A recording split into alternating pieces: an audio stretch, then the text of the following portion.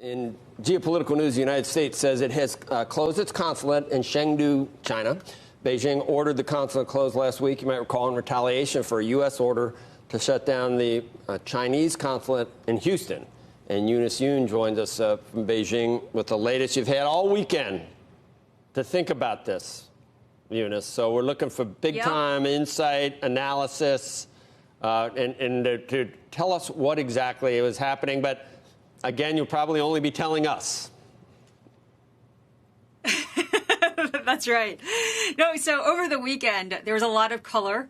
I don't know if it's necessarily optimistic, but there were people outside the consulate who were waving Chinese flags, taking selfies. There's a great police presence around the consulate as people were waiting to see what the activity was going to be as moving trucks and diplomatic plated cars left the compound. And then, of course, today was particularly sad for the consulate, I would imagine, because it was the last time that Old Glory was lowered at the consulate at dawn, and the staff had 72 hours to vacate the premises. This is the same amount of time that the Chinese had to clear everything out of the Houston consulate. The foreign ministry today said that this was a legitimate and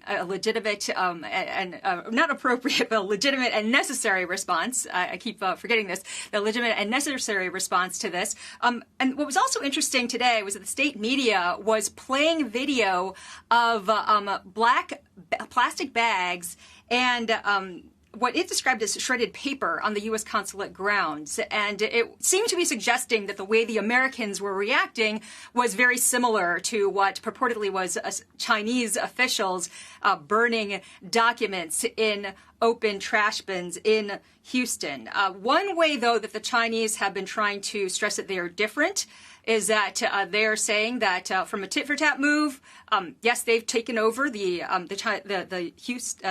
Chengdu consulate, just as the Americans took over the Houston consulate. But one way in which the Chinese are different is that they went through the front door, whereas the Americans forced themselves through the back door in what the foreign ministry has described as tantamount to burglary. And so the messaging that we're hearing, that's being sent to the public is that the Chinese are taking a higher ground compared to the Americans. Yep. All right. Unbelievable, Eunice. But I could give you some optimism. I know that you're always a little worried about where this relationship is going, just as I am. But there were two things that happened over the weekend. One was that the Justice Department said that the Chinese researcher who they suspect fudged her association with the military to get a U.S. visa, she is now in custody. So that suggests that the Chinese are working with the Americans, at least on that case. And also the Phase 1 trade deal that we've been talking about for way too long actually dictates that the top trade negotiators have to have a discussion 6 months from the start of the trade deal. So that means August. So that means that at least we'll have the two sides forced to speak to each other, which is better than not speaking at all, I would think. It seems like it could be worse. I mean, given Pompeo's speech, I'm surprised that they haven't reacted more strongly to that to some extent. You know, it's like, hey, hold on. Oh, no, here. they've definitely reacted strongly to Pompeo. But he is public enemy number one. Yeah, but but no punitive retaliation, right?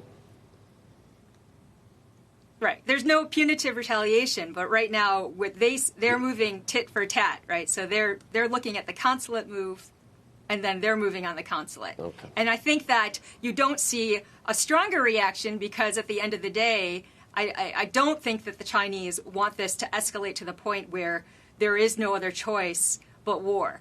And so they're being very careful about every next step.